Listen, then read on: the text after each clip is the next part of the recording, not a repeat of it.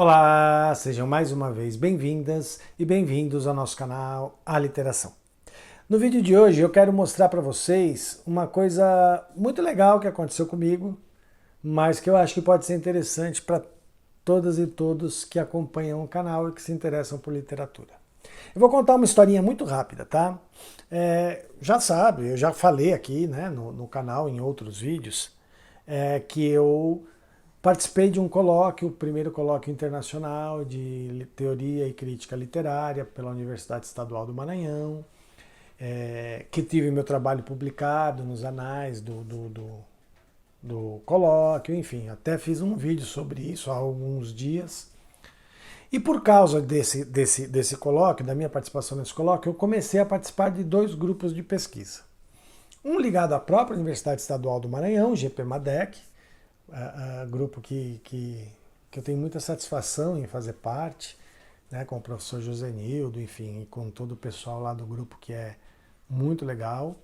E um outro grupo chamado Estudos da Personagem, que é ligado à PUC de Goiás, coordenado pela professora Elisete, que também é um grupo muito bacana, uma galera que pesquisa personagem nos mais diversos gêneros literários. Então tem um rapaz que pesquisa a literatura japonesa, tem outro que pesquisa RPG, e é muito, muito legal.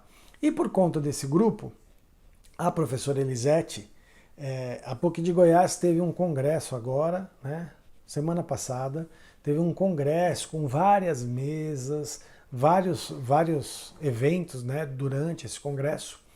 E um dos eventos foi uma mesa redonda, cujo tema era Narradores e Narrativas, a literatura e os desafios contemporâneos. E quem coordenou essa mesa foi a professora Elisete, que é a coordenadora do grupo de pesquisa, né, do grupo Estudos da Personagem, e ela me honrou e me alegrou muito, me convidando para ser um dos palestrantes, para ser uma das pessoas a falar nessa mesa. A mesa durou 2 horas, um pouquinho mais de 2 horas, e eu falei por 20 minutos. Tá? Então na verdade, o que eu quero fazer é reproduzir aqui, mostrar para vocês a fala que eu fiz nessa mesa, no Congresso da PUC de Goiás, porque eu acho que eu falo coisas ali, né, para falar sobre narrador, sobre literatura, sobre os desafios da contemporaneidade e tudo mais. Eu acho que eu falei coisas que podem interessar para quem acompanha aqui o canal. Então, vou ser eu falando, mas num outro contexto, que é o contexto da mesa que eu participei nesse congresso, tá bom? Então, vamos lá.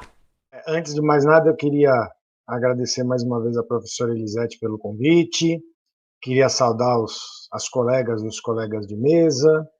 É uma honra mesmo para mim participar desse evento. Bom, eu vou começar a minha fala, na verdade, com uma frase que eu deveria falar só no final, porque eu vou usá-la só no final. Mas eu quero fazer um desafio de memória. Então eu vou falar a frase agora, para ver se depois a gente retoma essa frase no final. Já que estamos falando de narrador, né, a gente está falando aqui, e o Walter Benjamin foi muito citado, eu vou citar aqui, então, um trecho do narrador do Walter Benjamin, onde ele diz que o ócio é o pássaro onírico que choca o ovo da experiência. Essa é a frase que eu quero começar. E aí, eu tenho que partir de algum lugar. E o lugar que eu vou partir é o lugar do que eu considero o fenômeno literário. E eu estou chamando de fenômeno porque dentro desse fenômeno existem todas as figuras, o leitor, o personagem, o narrador, o autor, enfim. Existe o texto literário, existe a criação, a fruição, a leitura, enfim, existe tudo isso. Então eu estou chamando de fenômeno literário. E eu vou transformar esse fenômeno literário numa metáfora. O fenômeno literário é um rio. É um rio que tem que ser atravessado.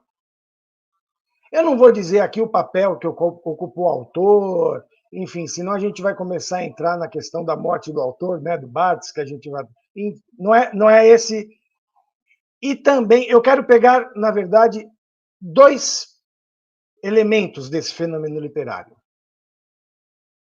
que é o leitor e o narrador. Eu também gostaria de falar do personagem, mas o personagem está num outro lugar. Mas vamos falar do leitor e do narrador. Por quê? Porque para a gente falar dos desafios contemporâneos da narração, eu acho que a gente precisa tentar ver qual é o papel do narrador e o que se transformou, né, em que se transformou o narrador. Eu, particularmente, penso que o narrador não é uma pessoa. O narrador é uma voz. Então, nessa metáfora do rio, o narrador seria o barulho da água, o som do rio, o som da água, o som do vento, o som das árvores que estão às margens do rio balançando, enfim. Por que o narrador seria essa voz, esse som, e não uma pessoa? Porque ele é o elemento que conduz uma ação, que conduz a ação, né, da coisa toda. Então, vamos pensar que o narrador é essa voz. E qual é o desafio dessa voz na contemporaneidade? O desafio dessa voz é o seguinte: se a gente pegar tradicionalmente o que acontece na literatura, em todos os tempos, tá? A literatura ela vai condensar a experiência da vida. Ela vai condensar, independentemente de ser uma literatura documental, ficcional, ela vai condensar a experiência da vida. Ela vai condensar o tempo, ela vai condensar o espaço, num determinado ponto dessa experiência fluida da vida. E aí, a gente começa a perceber, né, se a gente pegar todos os teóricos da pós-modernidade, mas aí eu vou citar dois, que é o Lyotard e o Ringaé, eles vão falar da crise das metanarrativas. Né? Por quê? E por que existe essa crise nas metanarrativas na pós-modernidade? E aí a gente vai também pensar no que diz o Bauman quando ele vai falar da modernidade líquida. Se não existem mais elementos sólidos na experiência da vida, se a própria vida é um fluido, né, um fluir de experiências que se fixam cada vez menos, e aqui eu não estou fazendo nenhum juízo de valor, se é bom ou ruim, né?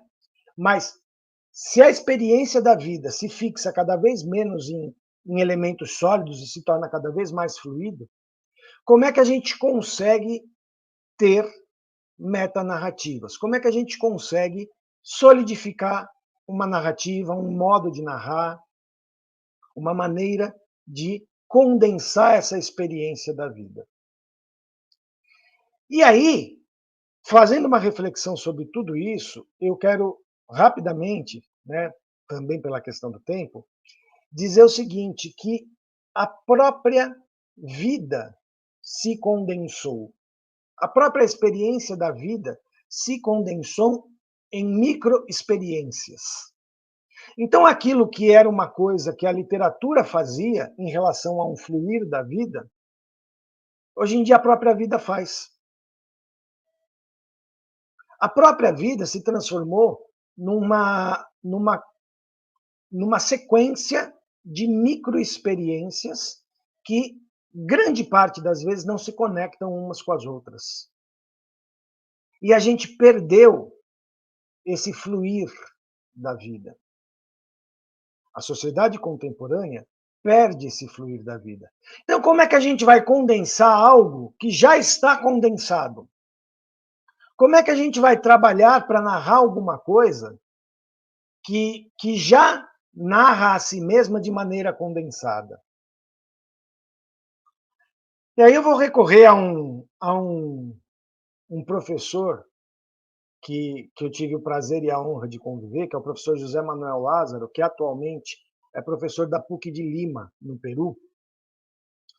E ele vai falar que a contemporaneidade, então, arruma alguns elementos para poder lidar com essa questão da narrativa. E aí eu quero falar de 3 elementos que ele coloca, que é a multifábula, a desfábula e a não fábula, tá? A multifábula é aquela narrativa que se reveste de inúmeras narrativas que vão se sobrepor, sem a necessidade de que uma tenha mais domínio do que a outra. Então você não tem um fio narrativo, você tem inúmeras micronarrativas participando do mesmo lugar. Tá? E aí ele vai dar como exemplo, como ele é da área de teatro, ele vai dar sempre exemplo de textos teatrais. Então ele vai dar como exemplo o texto Carícias, de um dramaturgo espanhol chamado Sergi Belbel, onde tem várias histórias que aparentemente não se conectam. Mas existe sim um fio suave, um fio narrativo suave que liga todas essas histórias. Mas ele está escondido. Eu poderia pegar cada uma dessas histórias e contar sozinho. Quando ele vai falar da desfábula, ele vai dizer que é o seguinte, que é aquela narrativa que esvazia os elementos da própria narrativa. E aí ele vai dar como exemplo algumas peças do Ionesco, como as cadeiras, por exemplo.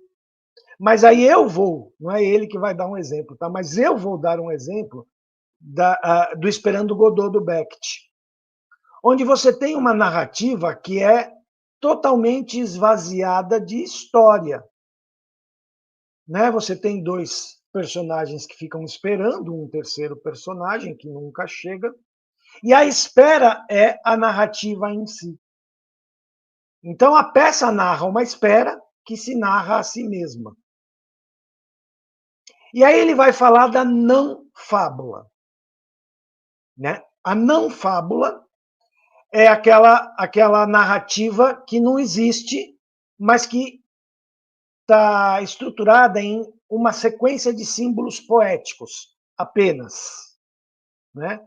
Apenas símbolos poéticos. E aí ele vai colocar a dramaturgia do Rainer Miller. Então, se você pega, por exemplo, o Hamlet Máquina ou a Missão do Rainer Miller, você vai ver que não existe nenhum tipo de história sendo contada. Né? Ele vai jogando símbolos poéticos, ele vai jogando símbolos estéticos, e a gente é que constrói alguma possível narrativa a partir da nossa experiência. E por que eu citei esses 3 elementos, essas 3 formas de narrativa contemporânea do professor José Manuel Lázaro, dentro dessa coisa dos desafios dessa narrativa contemporânea? É porque se a gente tem essa condensação da vida, como eu disse antes, essas fórmulas, entre aspas, né, de narrativa, esses modos de narrar que são contemporâneos, eles precisaram ser criados ou precisaram existir para dar conta dessa narrativa, de narrar alguma coisa na contemporaneidade. Porque narrar é inerente ao ser humano. Né? Nós somos narradores por excelência, porque a gente precisa se comunicar, a gente precisa contar a história, a gente precisa partilhar a nossa experiência de vida. A experiência não é só para nós, a experiência ela tem que ser partilhada. E o narrar é partilhar essa experiência. Então eu estou jogando tudo isso de maneira até meio confusa, porque eu gosto dessa coisa do rio que vai. Né? E a gente entra nessa água, mergulha nesse rio, e essa água nos envolve. E aí, voltando à frase inicial, eu acho que o grande desafio da contemporaneidade é o seguinte: se a gente condensou tanto tempo, condensou tanto espaço na própria vida, se a nossa vida é uma vida de microexperiências condensadas, aonde entra o ócio? E aí, voltando ao Walter Benjamin, né, ele coloca que o ócio seria o tempo de distensão psicológica, de relaxamento psicológico, ou seja, o tempo em que a nossa mente vai poder se permitir parar e refletir sobre a experiência da vida, para justamente poder, depois, de alguma maneira, partilhar essa experiência. E se nesse louco mundo contemporâneo que a gente vive, a gente não tem tempo para o ócio, né? Porque tudo é tão condensado que a gente não tem tempo e nem espaço. E não é só a questão do tempo, porque se eu fico na minha casa sem fazer nada, mesmo na minha casa, mesmo a minha casa é um espaço onde eu não consigo ficar sem fazer nada, onde eu não consigo ter o ócio, porque eu tenho falar de coisas prosaicas, eu tenho a louça para lavar, eu tenho o almoço para fazer, eu tenho os cachorros para cuidar, eu tenho, né? Então, assim, eu não tenho tempo e nem espaço de ócio no mundo contemporâneo. E se o ócio é aquele pássaro que vai chocar o ovo da experiência, eu não consigo ter a experiência, porque esse ovo nunca vai ser chocado e esse pássaro da experiência nunca vai nascer. O que eu quero dizer com tudo isso? Eu quero dizer que, para mim, o grande desafio da literatura, da arte e da própria vida contemporânea é que a gente consiga descondensar um pouco a nossa própria vida. E esse descondensar viria como? Viria nos permitindo espaços de ócio, para que a gente possa não só criar, mas para que a gente possa, por exemplo, ler. A leitura é uma atividade que depende primordialmente da possibilidade do ócio, da possibilidade dessa distensão do tempo, dessa distensão do espaço e dessa distensão psicológica para que a gente possa mergulhar aí sim nesse fenômeno que é o texto literário, enfim. Ou eu falo texto, quando eu falo texto, não necessariamente o lido, mas para eu ouvir uma história também preciso distensionar o tempo, distensionar o espaço, né? Para ouvir a narrativa. E aí, voltando à metáfora do rio, né? A gente precisa de tempo para atravessar esse rio, porque o fenômeno da narração é atravessar esse rio. O leitor é a pessoa que vai atravessar esse rio. E aí, sabe o que a gente fez na contemporaneidade para atravessar o rio? A gente construiu uma ponte. E quando a gente constrói uma ponte, a gente não atravessa o rio. A gente finge que atravessa o rio. Porque a gente não tem contato com os elementos do rio. A gente não tem contato com a margem, a gente não tem contato com a água. Até o som do rio fica mais baixo, porque a ponte está lá no alto. Então, o leitor ele não pode ser a pessoa que atravessa o rio pela ponte. Ele tem que mergulhar no rio. É mais arriscado? O rio pode ser forte, eu posso não saber nadar e me afogar? Se eu me afogo no rio da literatura, é lindo. Se eu viro o rio, é lindo, como leitor. Porque significa que eu realmente mergulhei nessas águas. Né? E essa ponte que a gente constrói vem de uma sociedade utilitária, que transforma tudo em utilitarismo. E aí a gente vai voltar, né, vai citar o Adorno quando ele fala, né, da produção da indústria cultural, que nos coloca que a gente produz muito da mesma coisa. Né? Eu me lembro de um trecho de um livro chamado Os Três Usos da Faca, do cineasta David Mamet, onde ele coloca o seguinte: nós termos 70 opções de canais de televisão na contemporaneidade não significa nós termos 70 opções diferentes. Significa nós termos 70 vezes a mesma opção. Né? E aí, por quê? Porque a gente está construindo pontes. Porque cada rio é um rio, mas as pontes são todas iguais. Quando eu construo uma ponte, eu vou construir 10 pontes que são a mesma coisa. Pode ter uma estética diferente, pode ter um tamanho diferente, mas a ponte, enquanto ponte, ela é uma só. Por quê? O objeto ponte, ele é um objeto fincado na sua utilização, no seu caráter utilitário.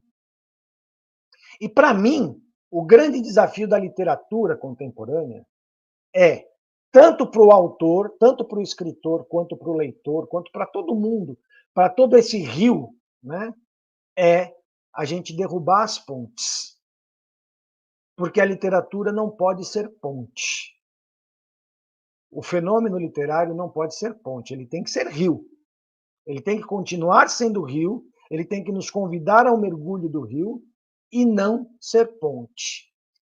Tá? E aí eu não estou aqui, não citei nenhum escritor, porque eu não estou aqui dizendo qual é ou qual não é ponte. Eu estou falando de uma tendência da contemporaneidade. Existem escritores que, claro, obviamente, derrubam essas pontes, né? Logicamente, grandes escritores que derrubam essas pontes, mas existe uma tendência contemporânea, inclusive do leitor, mesmo que a obra seja maravilhosa, então eu vou lá ler Grande Sertão Veredas, ou eu vou ler A Hora da Estrela, ou eu vou ler, né? Quer dizer, eu leio grandes obras, ou eu vou ler Quarto de Despejo, né? Mas eu leio já pensando nessa leitura como uma ponte. Eu, leitor.